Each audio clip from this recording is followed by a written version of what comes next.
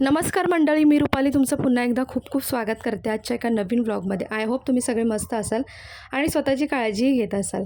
तर इथे सकाळी सकाळी ना छान असा नाश्ता बनवत आहे मी. तर आज प्रज्ञाला खायचं होतं मसाला डोसा. तर त्यासाठी मग मी थोडीशी भाजी बनवून घेतली बटाट्याची आणि इकडे डोसे काढत आहे. आणि डोस्यामध्ये छान अशी ती भाजी स्टफ करून मग त्याला मी डोसा देणार आहे. खूप जास्त मोठा नाही, खूप जास्त छोटाही नाही, मध्यम आकाराचा डोसा आणि थोडासा जाडसर असा देणार आहे, जेणेकरून त्याला सॉफ्ट खाता येईल. त्याला ॲक्च्युली ना डोसे जे आहेत ते सॉफ्ट आवडतात, कडक आवडत नाहीत. पेपर डोसे टाईप असतात तसे. तर मला आणि लोलोला जे आहे ना पेपर डोसे आवडत असतात. तर इथे डोसे मस्त काढून घेते. आणि आज दुपारी आमचा जेवणाचा असा काही खास प्लॅन नव्हता, कारण संध्याकाळी होती आदूची बड्डे पार्टी. तर आज त्याचा बड्डे आहे आणि 11th बड्डे आहे त्याचा. सो छोटीशी अशी पार्टी ऑर्गनाईज केली होती. तर तिकडे सुद्धा जायचं होतं. मग दुपारी आम्ही साधा डाळ भात वगैरेच बनवणार होतो, कारण संध्याकाळी जेवण वगैरे सगळं तिथेच होतं. सो त्यासाठी तर इथे डोसे वगैरे मी काढून घेतले आणि प्रज्ञेला दिले आणि त्याला प्रचंड आवडले. आणि भाजी जेव्हा मी बनवली ना बटाट्याची, तर त्याच्यामध्ये थोडेसे मेथीदाणेसुद्धा टाकले होते.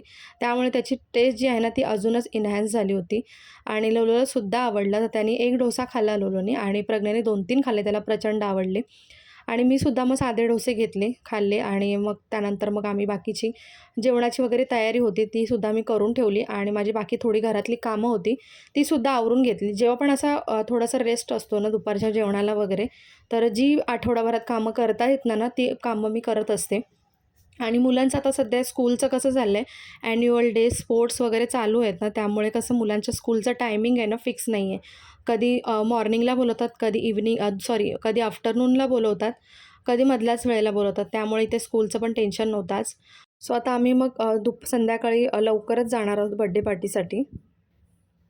तर बघा इथे बड्डे पार्टीला आम्ही पोहोचलेलो आहोत आणि आदूच्या आजूबाजूची जी राहणारी मुलं होती तर ती सगळी आली होती आणि मस्त मजा करत होती. आणि मी व्हिडिओ जेव्हा ऑन केला ना त्यांना खूप जास्त एक्साइटमेंट झाली, कारण सगळ्यांनाच माहिती आहे की मी व्लॉगिंग करते. सो ते सगळे एक्सायटेड झाले होते आणि मुद्दामून मुलंसुद्धा ना कॅमेऱ्यासमोर थोडंसं नाटक वगैरे करत होती. बघा ही मुलगीसुद्धा करते बघा किती. तर असे सगळे मस्त असे एन्जॉय करत होते बड्डे पार्टी. आणि इथे आम्ही औक्षण करायला घेतलं प्रथम त्याला. तर ताईसुद्धा आली होती आणि बाकीचे फॅमिली मेंबर जे होते ना ते थोडेसे उशिरा आले. तर आम्ही मुलं सगळी जमा झाले होते आणि खास करून मुलांचीच बड्डे पार्टी असते. सो आम्ही लवकर केक कट करून घेतला. मग बाकीचे फॅमिली मेंबर जे होते ते हळूहळू येत होते. तर इथे सगळ्यांनी औक्षण करून घेतला. ताईने घेतला, त्यानंतर सुप्रियाने घेतला आणि मी सुद्धा मग औक्षण करून घेतला. आणि मुलांचं असं झालेलं की कधी एकदाचा तो केक कट होतो आहे आणि आम्ही केक खातो आहे, कारण मुलांना खूप जास्त एक्सायटेड असतात बड्डे पार्टीसाठी. त्यांची एक वेगळीच एन्जॉयमेंट असते. त्यानंतर इथे जेवणाचा वगैरे सुद्धा बेत होता आमचा. तर तो सुद्धा आम्ही मग करणार होतो आणि फॅमिली सगळी आल्यानंतरच जेवणार होतो आम्ही. तर इथे मुलांना वगैरे सगळं जे काही बड्डे पार्टीचं जे स्नॅक्स वगैरे होता तर तो सुद्धा सर्व केला आम्ही. त्यानंतर मग आमचं बाकीचं जेवणाचं वगैरे होतं ते सुद्धा आवरून घेतलं. तर आता पुढे ना तुम्हाला दिसेल मुलं किती एक्सायटेड आहेत. जे केक कट करताना तुम्हीच पाहाल की खूप जास्त एक्सायटेड होती मुलं, कधी एकदाचा केक कट होतोय म्हणून.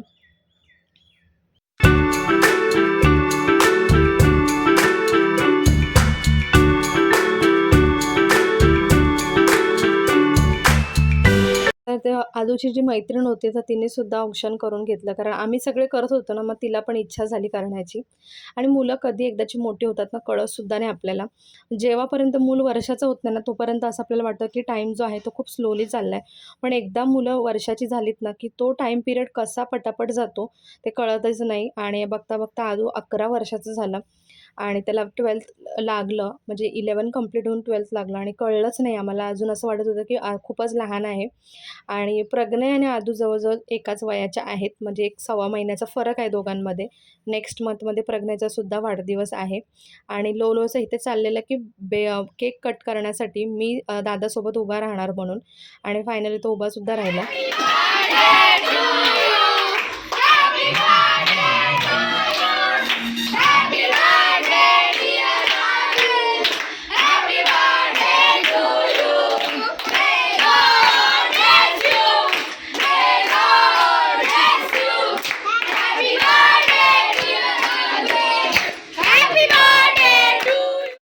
केक कट झाला त्यानंतर मग मुलांना केक वगैरे आम्ही सर्व केला आणि मग सगळे फॅमिली मेंबर आले, त्यांच्यासोबत छान असं ना आम्ही डिनर एन्जॉय केला. तर बिर्याणी मागवली होती, पनीरची बिर्याणी. सो त्यांनी सगळ्यांनी आम्ही एन्जॉय केली. खूप साऱ्या गप्पा झाल्या. पुढे काही ब्लॉग मी शूट केला नाही. कारण सगळ्या काही काही गोष्टी बोलत होत्या, तर ते व्लॉगमध्ये दाखवणं शक्य नव्हतं. त्यामुळे पुढे काय व्लॉग शूट केला नाही आणि अशा प्रकारे मस्त अशी आदूची बड्डे पार्टी आम्ही एन्जॉय केली. अगदी 1 वाजेपर्यंत गप्पा गोष्टी झाल्या आणि त्यानंतर मग आम्ही घरी आलो. तर अशा प्रकारे आम्ही छान अशी पार्टी एन्जॉय केली, बर्थडे पार्टी. आणि पिक्स इथं तुम्ही बघू शकता, की मुलं खूप जास्त एक्सायटेड होते आणि एन्जॉय करत होती. छोटी असो बर्थडे पार्टी किंवा मोठी असो, मुलांना तर फक्त बहाणा पाहिजे असतो सगळ्या गोष्टी करण्यासाठी, एन्जॉय करण्यासाठी. आणि इथे खूपच जास्त मुलं मस्ती करत होती.